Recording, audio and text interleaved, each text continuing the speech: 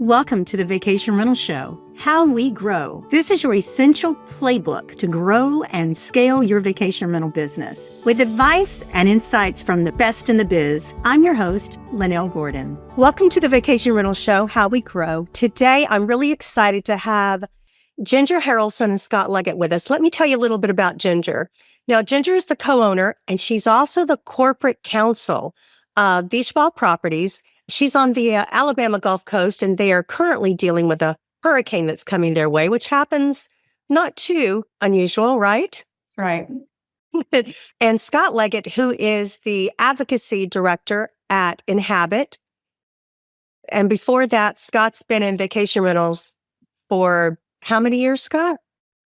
29 years now.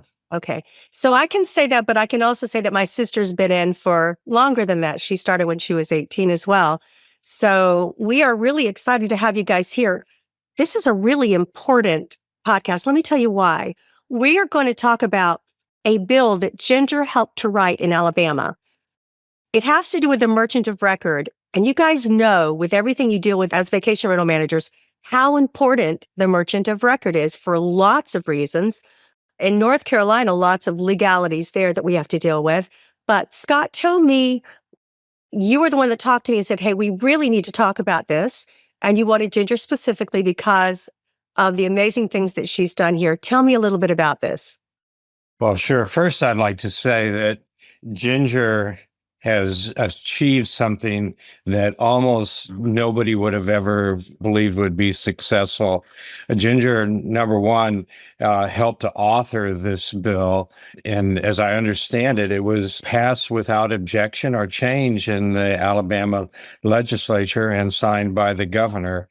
Essentially, what this bill does, and Ginger will be able to explain it better than me, but in essence, it says that if a booking takes place online by an OTA or however, and the property is managed by a professionally licensed property manager in Alabama, that they must be the merchant of record in that transaction. And I'll let Ginger explain some of the implications of that, but it's really huge. And quite honestly, Ginger has become my female Don Quixote because this is really tilting at windmills to think that we could win this battle against the likes of Airbnb, Vrbo, and other large OTAs. Let's explain to people who are listening who don't know property management real quick. And if you'll do this, Ginger, Yes. Tell them why the merchant of record is so important. Well, the merchant of record is so important because the merchant of record, that's who holds the funds for the guest or the homeowner, or in our case, we hold all the funds that come through direct booking website, which is beachballproperties.com, or right now, Vrbo allows us to be a merchant of record. And so we hold all of those funds in escrow in accordance with Alabama real estate law, which states that money that's held for rentals must be held in an FDIC insured account in the state of Alabama. So we are in compliance with the law for the most part, except for the Airbnb situation. But our lawmakers had no idea when we first got on the phone with them. And I think maybe it would be helpful to backtrack and tell a little bit of this history to see how we got here. But the bill, or the law, as it's called now, is going to be called the Alabama Tourism Protection Act. And it came across my desk because of our involvement with an organization called GUMBO, which is Gulf United Business Metro Organization. And we work directly with our lawmakers in Montgomery, and my husband and I, Hunter, in GUMBO. And so we saw this come across and we were like, wait, hold on, this affects vacation rentals.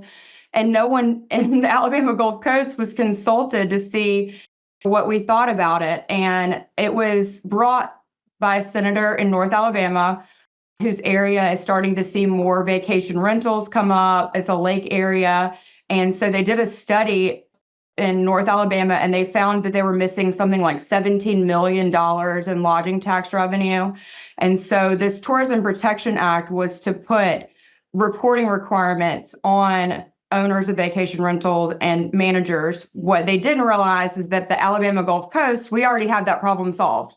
We've been doing this for years. We report monthly to all of our lodging authority and all of that. So we were like, why weren't we consulted? Let's talk about this, because this as it's written, is going to be very detrimental to us as professional vacation rental managers and to the tourism industry in our area, because it puts undue burden on us to do stuff we're already doing, in essence. And so we got on the phone through Gumbo with Alabama Revenue Department and some of their lawyers, and we started telling them Airbnb and Vrbo and these third-party platforms, they start out as a really great thing. We can put our vacation rental up and get more exposure, and we happily pay the yearly fee to do that. And then over time, it's just become like they've tried to take all the control away from us. And legally, we have been hired to do a job by property owners, and that is to professionally manage their property, meaning hold the money that they're owed. They trust us. We have a fiduciary duty to those homeowners, and that's something that we take very seriously. And the lawmakers in Montgomery were very surprised to hear that all of this was happening. They were very surprised to hear my stories of Airbnb issuing refunds to guests without even giving us a call first, months after we've already paid the owner. They had no idea the extent of control. And I put it to someone the other day, I said, I feel like we're being pushed out as like, we're almost a subcontractor now. And it's not how this is ever supposed to be. That's not how the homeowner sees it. And we do appreciate the extra bookings and the revenue that we make from these websites. But at the end of the day, like, there's legal requirements that we have as a professional business that we must comply with. So through this work, we got with the lawmakers and we said, hey, we will be able to support this if there's some changes made. And we said we have to carve out these exceptions for professional vacation rental management, which was already defined in Alabama real estate law. You have to have a real estate brokerage and you have to have a storefront. So that was already done. And I said, if we could be the merchant of record in these transactions on these third-party intermediaries, as it's called in the law, then I think that we could support this. And so we worked together, and it was a process of a month or more of getting the language the correct way and getting input from the tourism department here. And that's one thing I want to make clear. I did not do this by myself. I mean, I'm getting a lot of hype, and I appreciate that. And I, y'all made me blush a little bit earlier, and I do appreciate the gratitude, but I did not do this by myself. It was through a collective effort of the Gulf Shores Tourism, Orange Beach Tourism, and some of the board members there, including Bill Brett and Glenn Kaiser as well. So we do this in hopes that other people will hear what has been done so that they can do it in their states as well. Scott, what about North Carolina? How likely is that? We know how legislative. Well, as Ginger was speaking, I was saying I have to put her in touch with some of our North Carolina legislators. The truth is, North Carolina is a much more benign situation for property managers, vacation rentals than most states, simply because many years ago, over 30 years ago, the North Carolina Vacation Rental Act was passed, and it imposed a lot of requirements on property managers in North Carolina, like trust accounting and all, and those sort of things, way before anybody else in the country did. We thought it was an imposition at the time, but we now realize that really it's kept the industry very clean here and protected the industry. So the requirements for trust accounting really make it difficult for OTAs. I'm not even sure how they legally handle that in North Carolina, because we have very strict trust accounting and disbursement regulations here, and not all of them follow those business practices. So I wondered the same thing, Scott. So there are a lot of other ramifications that come from not being the merchant of record, which we've seen over the years, Scott, since the OTAs have taken a great deal of business in different markets, especially those that are dependent on them for tourism. Talk to me a little bit about the other ramifications. well, I think the biggest ramification is on the revenue side for the property managers, because the larger OTAs that we're discussing here view the guest as their client. And we're just almost incidental to the transaction, but it's their client. They put impediments in place for us even communicating with those clients. In some cases, those communications need to run through their system and not directly, and we're denied a lot of the client information. And that is simply because the OTAs look at the other revenue streams that come from these transactions, including selling them travel insurance, security deposit waivers. We know that Airbnb is about to launch their big experience-based program again, where they're selling packages and tours and rental gear and that sort of thing. But conventional property managers in the short-term rental space are dependent upon those ancillary revenue streams to really be profitable. In some cases, the target is a 50-50 split. I won't say that's across the entire country, but in North Carolina, that's the ratio that you're shooting for. And the reason Lynell's asking me about North Carolina is that's where I've been based for the last 30 years or so, and been hugely involved in even creating some of that legislation. We think of the guests as our customer because we're the ones that have to care for them when they get here. We're the ones that touch them. They're the ones that see as responsible for the condition of the property and the ones that they will come to when they have issues. And so cutting us out of that denies us both the revenue opportunities and the relationships with the guests that are critical, especially for getting rebookings. The other thing to think about here is Ginger she's in charge of the marketing department at Beachball as well. And she does an amazing job. Guys, if you need advice on how to run social media, you've got your girl right here. Ginger, what advice would you give to property managers in other cities and other states who might be having the same kind of problem to get started with something like this that would really make a difference in their lives? Well, the first thing to do is to be involved locally on a political level. You have to go to city council meetings. You have to know who your mayor is. Your mayor should know your first name if you own a business in the town.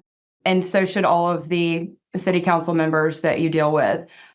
So that's my number one piece of advice, because they're going to be the people in your specific situation that can connect you to other people that may be able to help you. But my second piece is that this affects more than just property management companies. It affects the banking world.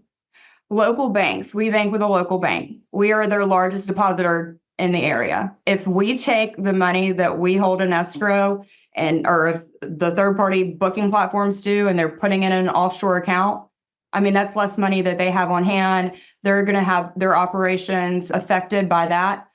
We're certainly going to be affected. It's just like Scott said, we're dependent on that ancillary revenue, and we have to have the opportunity to make that ancillary revenue in order to stay profitable and to continue to grow and scale our business and to be able to hire people in the community. So it's more than just a single business that's affected. It's an entire community and sometimes multiple businesses. But getting to know the right people and then reaching out to Scott or myself or someone that can help you with advocacy efforts and getting a collective effort is better than just an individual effort. So if you have a tourism department, also reach out to them. So guys, the big lesson here is it can be done. I was shocked when Scott told me that not only had you proposed and helped write this but it went through and it's actual law. And guys, so this is the epitome of a success story for vacation rentals, tourism boards, things like people that are involved on that level. You guys should be involved here, and you should do something similar in your area because it protects not only our livelihoods as property managers, but it also protects our local economy. It protects all different parts of our community. So I think that's really important. Ginger, what else would you like to add? Well, I mean, we're holding our breath. It goes in effect October 1st. Verbo, from what we've been told from Tim Rosilio, I'm going to call him out here. So he goes back on his word. He's been called out, but I don't think he will. Their legal department is working through everything, and they have said that they are going to comply. And I believe that for now. Airbnb, we've reached out to our account rep multiple times saying, hey, what do we need to do to change this? What systems do we need in place? Like, if you can't answer the question, can you get us in touch with the right person? And I'm getting very canned responses. Airbnb does not give legal advice. I'm not asking for legal advice. I'm a lawyer. I don't need your legal advice. What I need you to do is comply with Alabama law when it goes in effect on October 1st and tell me how we're going to work together to do that. That's what I need from Airbnb. So we'll see what happens. I mean, if they don't comply, then there's going to be a next step one way or another. I mean, I don't know what that means, whether they're going to be forced to comply through legal action or what, but there will be a follow-up. It's not just going to be everyone forgot about this. The other thing is, guys, it's one thing for one state to have this happen. It's another thing for other states to follow in line here and do the same type of law. There is not a downside for property managers for this law. It is total upside in all ways. I can't think of a single downside. Scott, can you?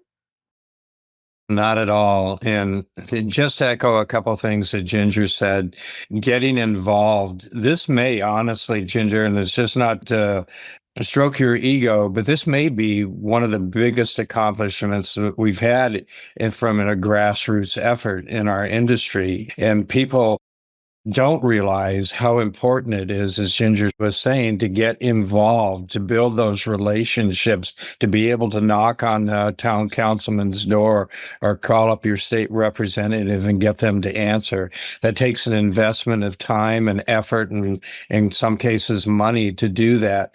But it's really what will help us continue to have successes like this one. And let me tell you guys, this is such an important issue that we've written software, like back when I was writing software so that we could get information we no longer had from the guest because we weren't the merchant of record on things. And I think it's really funny. So anytime I hear a new business and they're like, well, we're going to be the merchant of record when it comes to property management, my antennas go up. That happened this past weekend, and then I had to rethink it. So let me tell you about this example, and you tell me what you think. So there are companies out there now that are stocking all kinds of things that we need. They're basically an inventory database, and it has like all the sheets you might need for a house based on the level of the house. It's really cool stuff. If it's a high-end house, here are the sheets, here's the dishes, here's the things that guests really don't care if they're a different color or whatever. They have these really cool platforms that you can do this with. Well, they're the merchant of record there, but that has nothing to do with the guest. But as soon as I heard merchant of record, I just want you to know, I said, merchant of record, explain that to me. And then I went, oh, okay, we're not talking about reservations here. We're not talking about guest relationships.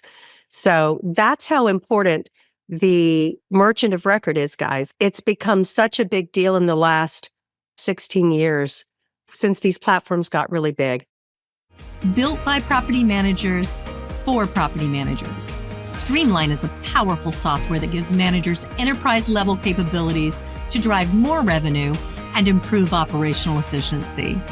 Migrating to Streamline allows property managers to gain functionality while reducing the need for multiple vendors, improving flow by logging into a single system and reducing redundant technology costs. With Streamline, property managers achieve revenue lifts by leveraging our fully fledged communication center, reservations quoting system, revenue management tools, homeowner acquisition CRM, and powerful direct OTA connections. Streamline also has industry-leading trust accounting and report capabilities to give you clarity in an overall company performance. Learn more about Streamline Vacation Rental Software at streamlinevrs.com. Scott, what advice would you give to property managers to help them to get more involved and to actually make a difference? Because it really is extraordinary, Ginger. There's no playing it down. I agree with Scott 100%. I couldn't believe it when he first told me. He repeated it a couple of times in different ways so I could make sure he was telling me what I thought I'd heard. So Scott, what could they do? Well, I have a good friend in the industry, and he's a great asset to our industry. His name is Rolf Blizzard. He's on the VRMA board, and his background is he was the director of legislative affairs in the state of North Carolina for quite a few years. So he really knows the system better than any person that I know. And Rolf has a saying, he says, if you don't have a seat at the table, you can bet you're on the menu.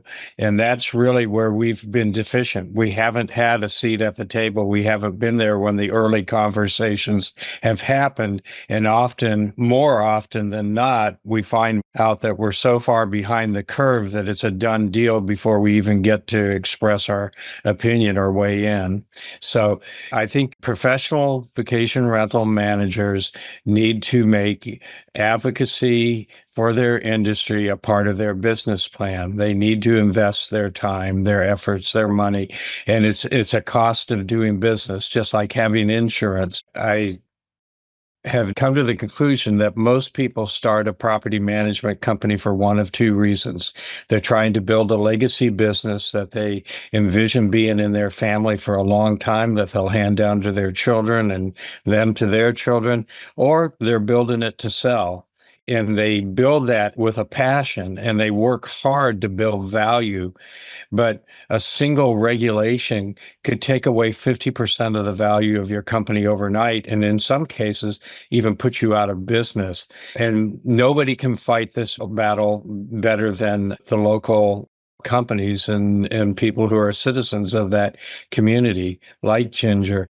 There are a lot of professionals out there. People come to me for counsel and advice, and we work with them all the time. But the voices that are effective are the voices from your community where you do business.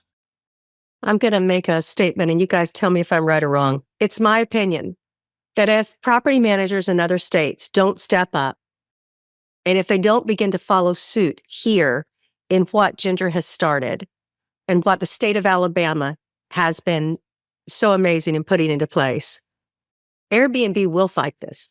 I mean, they have to. There's so much money involved on their end.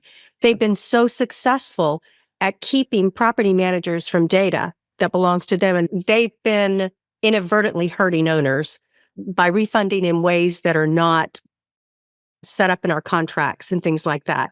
We're legally bound as property managers by what we sign with our homeowners or our agreements there.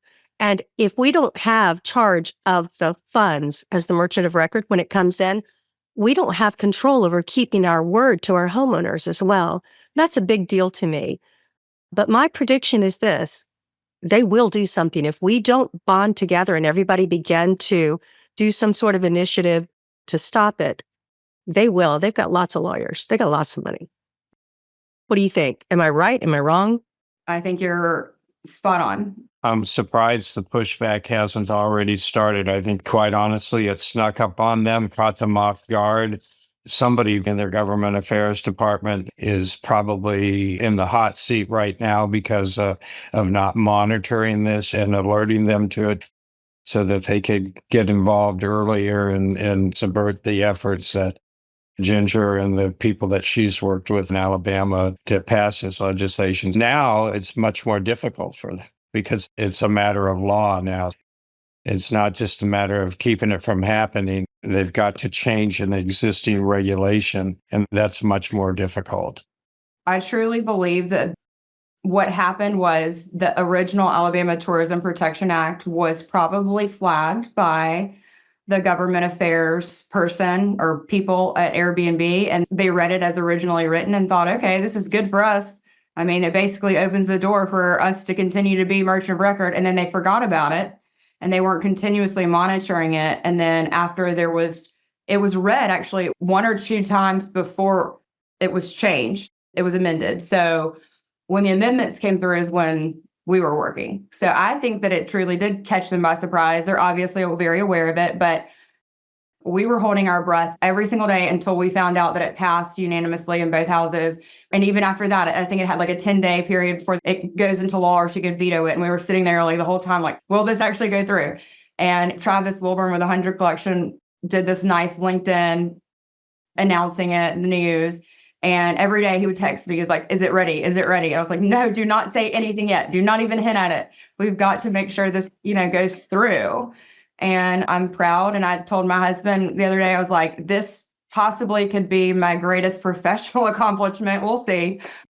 But I'm proud to have done this, and hopefully other states will follow and the whole industry will support this type of regulation because it's needed. I mean, it's scary how much control that we're losing. Well, not only that, but I'm a broker in North Carolina. So we are required. We have fiduciary duties to these people that we sign contracts with. And it's our job to protect not only the guests, but also the property owner who we have fiduciary duty to both of them. So I think it's really important that we step up. I don't think that people recognize the fact that we could actually do something about it. And you have done something really special and unique. Not only have you paved the way for us, but you also have volunteered to be a resource for other people that want to do the same in their city, in their state. Well, in their state laws, really, where it is for that. So Yeah, and it does take a little more than just saying, hey, let's do it. For me, I was uniquely qualified because I am a lawyer and I had worked for previously 3 years for the city of Orange Beach. So I am used to writing laws. I'm used to that type of legal work. And so after we all got on the phone call, it was like, okay, great. We've all decided this is what we want, but who's going to be the person that sits down and like starts the language? I was like, I'll take a first stab at it. And so I sent it over to the lawyers at the revenue department. And of course, she worked on it too, had some minor changes, but it was very helpful that I was there running this business and being able to guide her as far as like, okay, we should do this here, we should take that out, whatever it was. But my point is like, I'm here, I'm available, I can help you, I can send you what we wrote. And I don't know if it'll be word for word in every state, but I think it's a pretty solid law. So I'm here to be a resource. If you would send that to me, I'm actually going to post it. I will post that on LinkedIn. And here's a shout out to Rolf Blizzard, who is a wonderful person. I know him, great person, and he's an attorney too. So hopefully he can help do some things there for us in North Carolina. And guys, if you want to reach out to Ginger, what's the best way for them to reach out to you? Ginger@beachball.com. That's pretty easy. Scott, what about you? Scott.Legatt@Inhabit.com. And that's Legat. That's correct. And what I would just like to put that pitch in again is you need to make this part of your everyday rhythm of your business. You need to be vigilant about this because you fight for every home you get, every client you get, every reservation you can get, and you could be wiped out overnight with bad regulation, and it's proliferating across the country. Well, you would know. Thank you so much, Scott, for taking the time to not only call me and let me know what was happening. And then, Ginger, thank you so much for coming and being willing to share and being willing to give of your knowledge to help other people in other states to do the same thing. Anybody have anything else they want to say before we go? I do want to say one final thing is that I am not against Airbnb and Vrbo making money, and we appreciate our partnership with both of those entities and have a lot of respect for the people that work there. But we have to fight for what is right, and we have to fight for our industry too, and for all the reasons we've already discussed. But I just wanted to end it on a positive note that we do appreciate our partnership, but we have to do what's right for us and what we are legally bound to do, which is represent our homeowners and our guests. And let's be real clear. I just want to correct me if I'm wrong. To be on the platforms, we pay a percentage of our revenue. Is that correct? Well, mostly, yes. It depends. I mean, I think Vrbo still has a subscription plan, but for the most part, they're moving that way. Okay. And I really appreciate the fact that you talked about Vrbo Compliance. They're really reasonable. I, too, love those platforms. Some of my dearest friends have property management companies that survive off of them. And then I have our family who has just I don't remember what percentage, I think 3%. So I think no matter where you are in the percentages for using these OTAs, it's really important that as a property manager, you keep the merchant of record within your own property management company. Well, thank you guys so much for being here and for coming on and talking about this. And I hope that we get lots of people that reach out. You're also welcome to reach out to me, guys, on LinkedIn or on any social media platform, and I will be glad to put you in touch with Ginger or with Scott. Thank you guys very much. Thank you. Thank you. Go ahead. I want you to tell this story on camera. So I learned about this bill from Hunter while I was at a conference. I forget which one it was, but it was several months ago. And I see Hunter across the room and he's making a beeline for me. And he goes, Scott, you're not going to believe what Ginger did. And quite honestly, I couldn't believe it. It was like almost in some ways, like I said earlier, tilting with windmills, a Don Quixote kind of effort that nobody would have given a chance of it succeeding. And you guys did it. And it is really significant. It truly is. It was funny, Scott, when I told you, you almost didn't believe it. You were just, oh, okay. Yeah. Well, Let me absorb this because we haven't even been talking about this. Yeah, I think I was there. You were It might have been in at another panel. Spring Spring panel. Forum in New Orleans. And I could tell when Hunter was talking to Scott was, I'm going to have to go research this. And I was like, yeah, we'll send it to you. And yeah, I think he didn't think that it was going to happen. Yeah. It either had just passed or it was like right on the governor's I think it was side. right Yeah. on the thing. And you were like, don't say anything yet. And then after it passed, you're like, hey, we did it. Yeah. Yeah, let her head be as big as she wants there. She deserves this. This is remarkable. It truly is game-changing for property managers.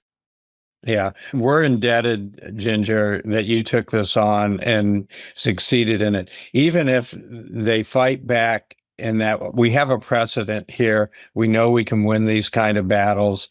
And it's going to take hundreds of Gingers out there because the professional government affairs people have very little influence in your community. It's the voices in your city, in your state, the people who do business there, the people who vote there that really have the impact when it comes to legislators or town councilmen passing an ordinance or a law.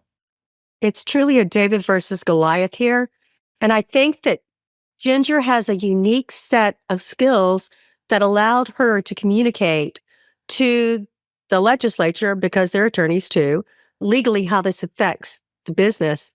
And the fact that it was 100% shows how well she did that. I am just so impressed and very grateful. I think it just shows that Airbnb wasn't aware because they didn't get their lobbyists to Alabama quick enough. Yeah, but I've heard that they're putting up wanted posters with your photo on it I right know. now. I looked at Hunter at one point and I was like, are we sure we want to wage this war? Because what if our listings tank to the bottom? And he was like, if they do that, we'll figure out what we're going to do in return. But yeah, I feel like that would not be a smart move on their part. They're pushing hard in Alabama. I don't know if y'all have seen some of our online posts, but we went from 5.5% Airbnb bookings to I think we're at 19% of our bookings are coming from Airbnb. They really quadrupled, and Verbo has been taking a hit. And so I think they would be hard pressed to give up that revenue that we're bringing. I think we're still in for a fight, but it's good to be on this side of the battle line right now rather than having to get something repealed that we don't like. Yeah, I think it would be really important to maybe revisit this topic as it gets closer to October 1st, because that's the day that it goes into law in Alabama. So, well, this is great, guys. We all watching the clock. Absolutely. Holding our breath, watching the clock. Did you see that email response I forwarded you, Scott? I'm not sure that I did. I sent it to you yesterday from our Airbnb rep, and Hunter had reached out and said, hey, what are we going to do? It's going into law October 1st. And she was like, the first email was like, oh, I'll get back. Oh, yes, I did see that. What did she say? Tell me. I'm interested. She gave that canned response that, sorry, we can't tell you what to do. We can't give legal advice to our clients. And the bad thing is our rep is, I'd say she's a friendly. We're both Alabama grads. She lives over in Pensacola. So I know there's a part of her that wants to be more forthcoming, but I'm sure she's just very constrained on what she can and can't say. In truly, in deference to her, those are standard things that we have a compliance officer at Inhabit, and you are instructed to watch what you say publicly. Often you need to run that by for legal review. And so asking someone a question, even in the moment, she's under company protocol that she can't give those kind of answers, that she's not an attorney, that she's not able to give legal advice. And even if she were, you're not her client, et cetera, et cetera. Mm-hmm. Well, we're all holding our breath to see what happens October 1st. So oh, yeah. I'm excited. Holding my breath. It's going into effect. It will go into effect. What I'm worried about is what happens after October 1st when all of a sudden things have to change. Yeah, so it puts a big target on this. It does, and it puts a target on anybody else that's working toward it. If you're working towards this in your state, how about reach out to Scott or to Ginger and maybe create a group of everybody that's working toward it so you guys can coordinate together and know what's going to happen, because I can tell you that the people that will fight you for this will be coordinated. So I suggest we coordinate. They'll coordinate, and what they're really going to be concerned about with Alabama having passed this is the dominoes are going to start to fall, and it'll go state by state, and that is their biggest fear. And that is my greatest hope. As big as Florida is, if we can get them involved, Florida would be a huge domino. because of their percentage of Airbnb there. I 100% agree. Yeah. And there's some great people in our industry that really roll up their sleeves in Florida. You mentioned a couple of them. Steve practices there. Dennis at Casiola does. And Tiffany Edwards, of course, leading the charge on the recent governor's veto. So we have a good group in place there. So Florida probably is a good place to target next. But if you think they put up a fight in Alabama, until you see what they'll do in Florida. Oh, sure. Well, I'm looking forward to it. It's going to be a lot of work for anybody involved, but thanks again. And thanks, guys, for coming on to tell people what's happening. I appreciate it. Yeah, Inhabit should just start a reality TV show on this issue alone. I mean, I think people would Yeah. tune in, right? That is it's going to be that interesting, Ginger. It really will be. You know it. You're the right person for the reality TV show. There you go. I'll do the devotions at the beginning. Thanks, guys.